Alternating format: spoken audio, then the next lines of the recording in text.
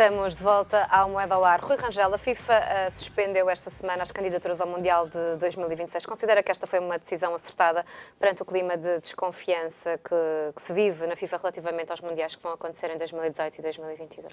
Naturalmente que sim, quer dizer, é uma boa decisão. É uma decisão sensata, de bom senso, no meio de tanta atrapalhada, no meio destes escândalos de corrupção, naturalmente que era exigível que assim o fizesse. E, portanto, é uma decisão correta, revejo nesta decisão de suspender, até porque com o manto de suspeições que existem em organizações que ainda não se realizaram, mas com o manto de suspeições, era o que faltava que se mantivesse tudo na mesma. E, portanto, esse é um bom princípio. Acho que agora o princípio adequado, correto, para dar uma varridela certa na FIFA, é como o cenário de eleições vai-nos atirar para dezembro ou março, eu acho que se devia correr com o Sr. Blatter imediatamente e pôr alguém interinamente que assumisse estas funções de liderança. E, portanto, era a segunda medida que eu acho que deviam tomar. Portanto, a suspensão correta, revejo nela, boa decisão, e o Sr. Blatter para casa, ou por outro sítio, por exemplo, a ver o sol aos quadradinhos, não sei, mas eu respeito sempre o princípio da presunção de inocência, mas, e portanto, alguém que assuma neste momento, porque até março ou até dezembro ainda falta muito tempo. E, portanto, é possível fazerem muita coisa, antecipar provas e etc. Portanto, é preciso tirar as pessoas do comando e pôr lá alguém.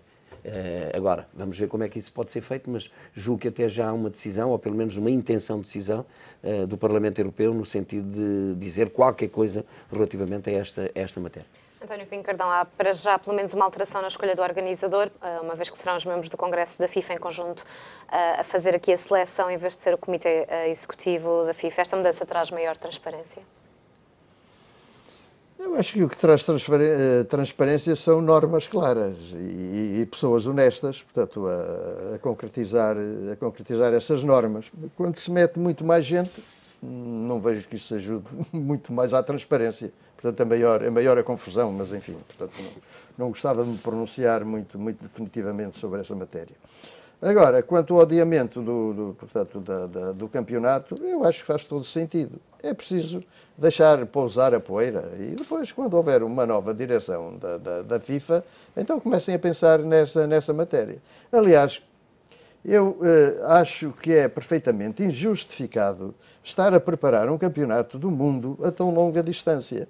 E isso, porque é que acontece? Só acontece, do meu ponto de vista, pelas exigências faraónicas que a FIFA está habituada a fazer aos governos e absolutamente, portanto, inacreditáveis e que não são de modo algum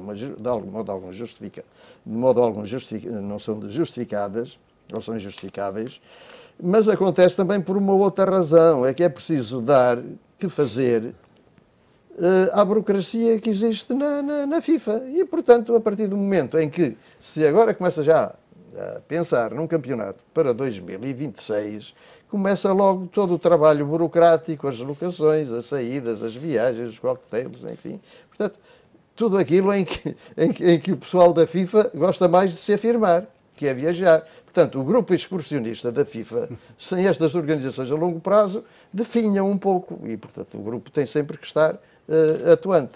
Isso, portanto, não me parece nada mal que as coisas por aí assim parem um bocado. Além do mais, fica mais dinheiro na FIFA para depois poder ser distribuído se houver alguém competente nomeado para a direção da FIFA e não se trata apenas de entesourar, porque a FIFA gosta muito de entesourar, tem largas centenas de milhões em caixa e não se vê qual o objetivo disso, a não ser enriquecer a burocracia. Foi a melhor opção, tendo em conta que a FIFA está sem liderança depois da demissão de Blatter? Foi. Acho que em tudo na vida as coisas devem fazer sentido. E, portanto, não faria sentido nenhum, quando temos um presidente que vai sair, temos uma estrutura que vai ser mudada, ser esta estrutura e este presidente que vai sair, já a dar o pontapé de saída para a escolha da sede do Mundial 2026. Acho que faz todo o sentido que haja uma calmaria, que se aguente. A decisão era só para 2017. Depois, com estes 10 milhões falados do Jerome Valk de corrupção, por causa também dos mundiais de Qatar e da Rússia. Portanto, eu acho que tem que haver agora alguma pausa. E queria dizer até uma coisa no seguimento do que o António está a dizer, que estava a dizer uma coisa que eu concordo bastante. De facto, a FIFA impõe-se como senhor do mundo aos próprios governos. E o que se passou no Brasil, foi o último Mundial, esta semana, por acaso esqueci-me de trazer, se não tinha trazido. Esta semana, a revista Veja, que sai cá em Portugal, à quarta-feira, lá no Brasil sai ao sábado, esta semana era exatamente um dos temas, teve 6 páginas, sobre o que está a acontecer agora com os estádios que foram construídos, obrigatoriamente, e mandados pela FIFA. Então, como todos nós sabemos, ao abandono. Vou dar o exemplo aquele da Arena da Amazónia. Quem é que vai usar a Amazónia no futebol brasileiro? Nem eles estão na primeira divisão sequer. Portanto, isto tem a ver com estas regras que se tornam poderosos demais, uma instituição que não deve ser... É assim, o futebol mexe milhões, aliás, já vamos falar a seguir sobre isso. Mas a FIFA tem que gerir até discretamente, com calma. O jogo é tão belo, o jogo é tão importante, é tão apaixonante, que se impõe por si próprio. O que é preciso depois é honestidade, pessoas até com alguma discrição, e que façam que o jogo continue sempre a valer essa paixão das pessoas pelo futebol. Agora, se todas as organizações com imposições sobre os Estados, com imposições de construção de estádios, de metros, de etc., que não tem nada a ver com a FIFA. Quem tem que decidir se constrói uma ferrovia ou se constrói um metro é um Estado, não é a FIFA. E, portanto, eu acho que a FIFA, para lá da mudança que tem que ser feita, também tem que mudar um pouco na sua filosofia. Vamos passar ao nosso último tema. Foi conhecido um estudo da Deloitte que diz que os novos contratos de direitos de transmissão europeus aumentaram as receitas das 5 principais ligas europeias em 15% para mais de 11 milhões de euros. António Pinho Cardão, o mercado europeu de futebol já ultrapassa aqui os 20 mil milhões. São números que vão manter uma tendência de subida, na sua opinião? É capaz de continuar a manter uma tendência de subida, talvez não tanto como nos últimos anos, mas o que se verifica é que o futebol, de facto, tornou-se um espetáculo de massas. Portanto, os programas de televisão, as transmissões do futebol, portanto, têm assistências asseguradas. Os patrocínios acabam por chegar, portanto, de uma forma muito impressionante, portanto, aos clubes de futebol. E, portanto, acontece com o futebol o que acontece com todos os bons espetáculos. Na Inglaterra há excelentes espetáculos, afluem as receitas, quer de bilheteira, quer receitas de patrocínio, quer receitas das transmissões televisivas. Quer na Alemanha, na Espanha, na Itália ou na Suíça. E, portanto, para lá vão os melhores artistas, são recrutados os melhores artistas e as pessoas gostam de ver, para além da emoção, do apego a cada um dos clubes, as pessoas gostam de ver bons espetáculos de futebol. Daí que os estádios estejam cheios. Na Alemanha a assistência média é de 42 mil pessoas por desafio, o que é uma coisa de facto notável. 42 mil pessoas é a média dos jogos em Portugal entre os 3 grandes, Porto, Benfica e Sporting. Será essa a média. Na Alemanha entre, de facto, a média de todos os jogos. Na Inglaterra anda por esse valor. Portanto, é algo que concita o interesse das pessoas, as audiências são grandes e as grandes companhias procuram, enfim, exibir os seus logotipos e os seus símbolos junto desses clubes, porque sabem que têm visibilidade assegurada. Rui Rangel, aqui o aumento das receitas deve-se 48% aos novos acordos de direitos de transmissão. Mais uma vez, provam que o desenvolvimento das competições e a maior segurança financeira dos clubes depende deste fator? Indiscutivelmente. Essa é a grande fonte de receita e, portanto, são, de facto, os direitos de transmissão que aumentaram substancialmente, e, portanto, esse é o primeiro ponto assinalável. É, de facto, uma receita que não é despicienda e, portanto, é absolutamente fundamental, mas para isso, de facto, é preciso ter transparência, ter um futebol competitivo, ter um futebol agradável, fazer com que haver segurança, não se falar tanto nas arbitragens e nos roubos, como aqui em Portugal se fala muito, diaboliza-se muito o futebol, quando o futebol devia ser uma festa e, portanto, devia-se trazer elementos e ingredientes que tornassem o futebol ainda mais agradável, que é o que acontece, por exemplo, nessas ligas, nas 5 ligas europeias, que aumentaram substancialmente as suas receitas, e, portanto, as pessoas vão ao estádio de forma alegre, como se fosse uma festa, e, portanto, há segurança, há um futebol bonito, há um futebol competitivo e há um futebol agradável.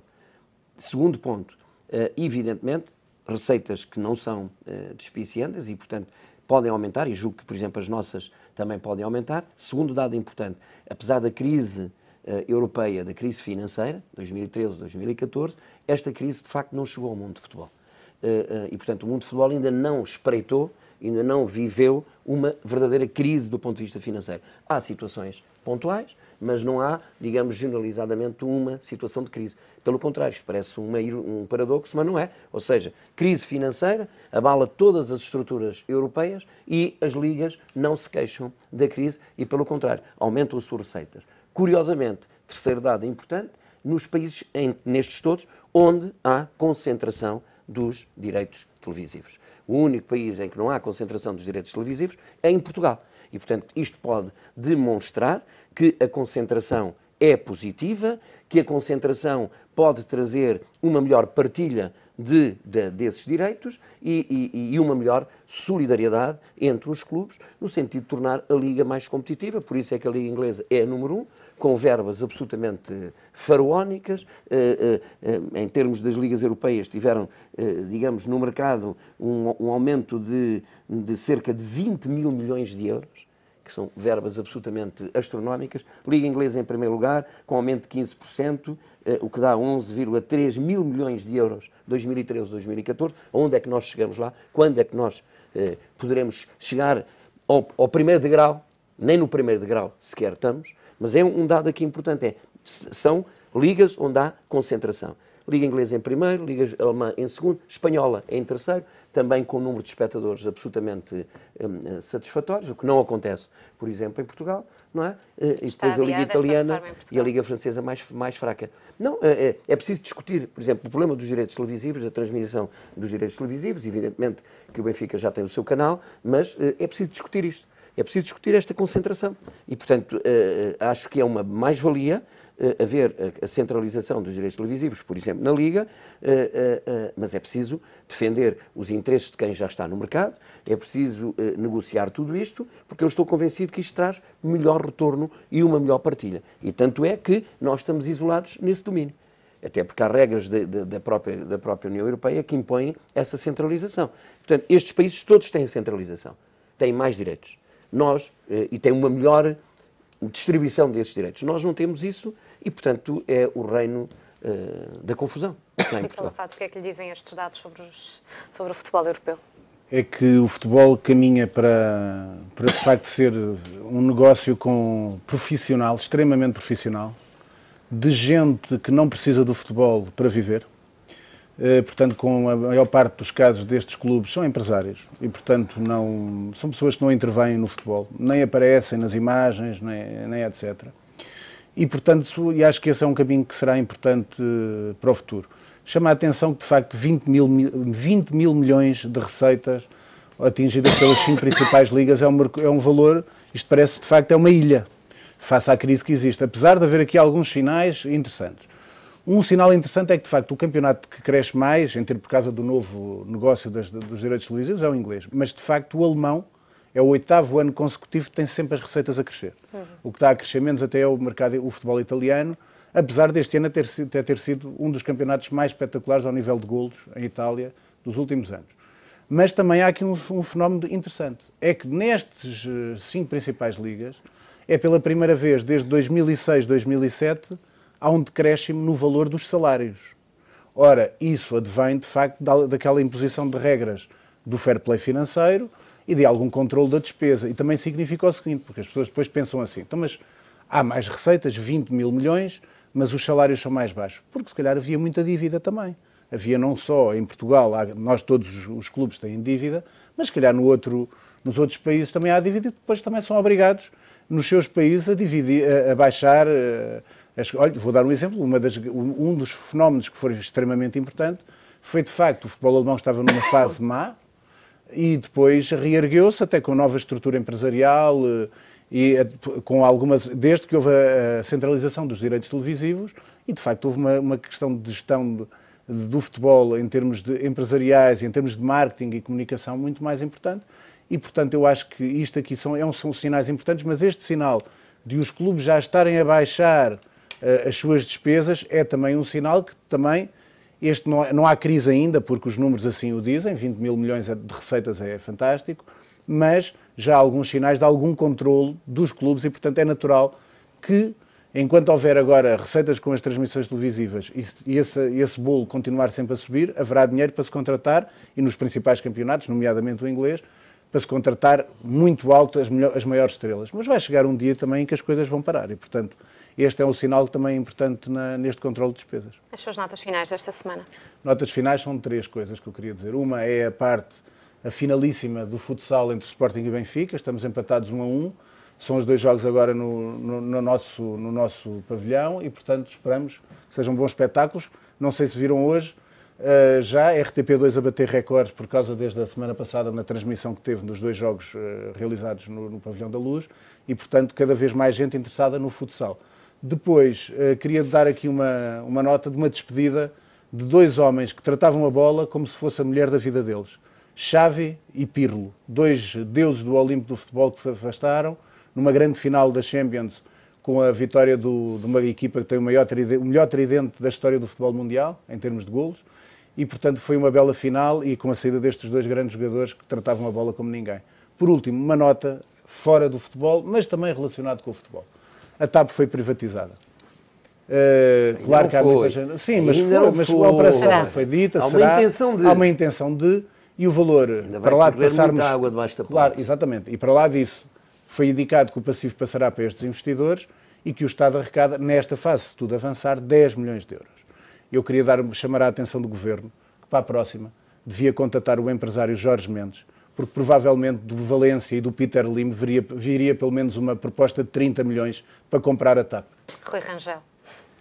Subscrevo este minuto do Rui relativamente à TAP, e evidentemente isto levaria-nos ainda com mais argumentos, mas fico-me com estes argumentos e subscrevo integralmente aquilo que ele disse. 2 notas, uma, esta forma, acho repugnante, indigna, que está a acontecer, por exemplo, no futebol português, de invocar princípios de justa causa, que aconteceu, por exemplo, no Sporting com o Marco Silva, e um pouco está a acontecer, por exemplo, com o Sérgio Conceição no Braga. O Sérgio Conceição, segundo sei, tinha 2 objetivos, eram impostos 2 objetivos: ir à final da Taça de Portugal e ter acesso direto à Liga Europa. Conseguiu esses 2 objetivos.